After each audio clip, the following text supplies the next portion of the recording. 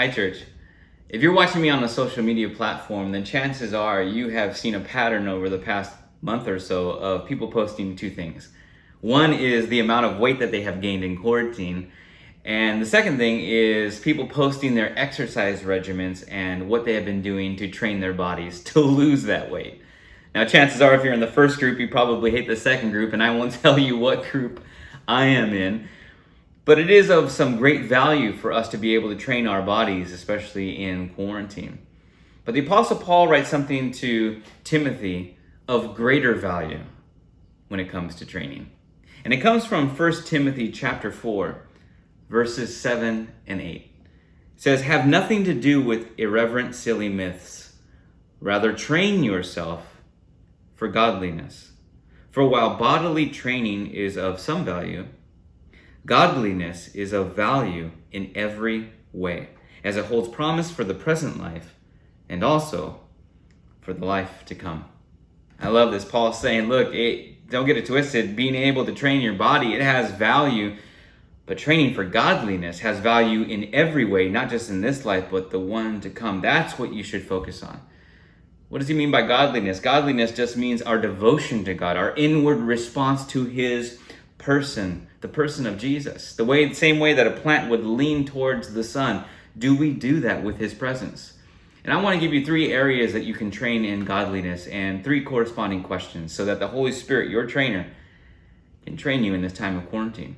The first area is this. It is the fear of God. Now, I'm not talking about being afraid of God, but there should be this reverent fear of the Lord. And the question that we should ask ourselves is, am I still in awe of God? For many of us, we have grown too familiar with the Alpha and the Omega, the God who spans the universe in the palm of his hand, that everything in creation still obeys his voice, that he is in control, and yet I myself can get way too familiar with that person. Am I still in awe of him? Can I allow the Holy Spirit to train me in this area of fearing the Lord? The second area is this. It has to do with training in the love of God.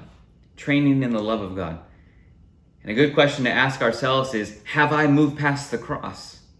Have I moved past the cross of Christ? Have I forgotten what it is that Christ has saved me from? Many of you have incredible stories, meaningful stories of where God met you and what he saved you from through the cross and through a new life. And because of his resurrection, do we remember what he has saved us for? A brand new life that differs from where we came from. Have we lost touch with this? If so, then perhaps we need training in the love of God. And the third area has to do with being able to be trained to desire God, Psalm 42 says, "As a deer pants for flowing waters, so my soul pants for the Lord." And a good question to ask ourselves periodically is, where do I satisfy my thirst? Where do we satisfy our thirst for affection? Is it in another relationship other than God? Where do we satisfy our thirst for security? Is it in our bank account or a stimulus check? Where do I satisfy my thirst for purpose? Does it have to do with my hobbies or my career? Where do I satisfy my thirst to be seen? Is it by monitoring how many likes I get and seeing how many followers I have? Whatever fundamental areas we have that our soul pants over and for, God is bringing us to him and saying, only in me will you be satisfied. And if that's an area where we haven't looked, or a certain area where we haven't looked to him, perhaps we need some training in desiring God in that area of our lives.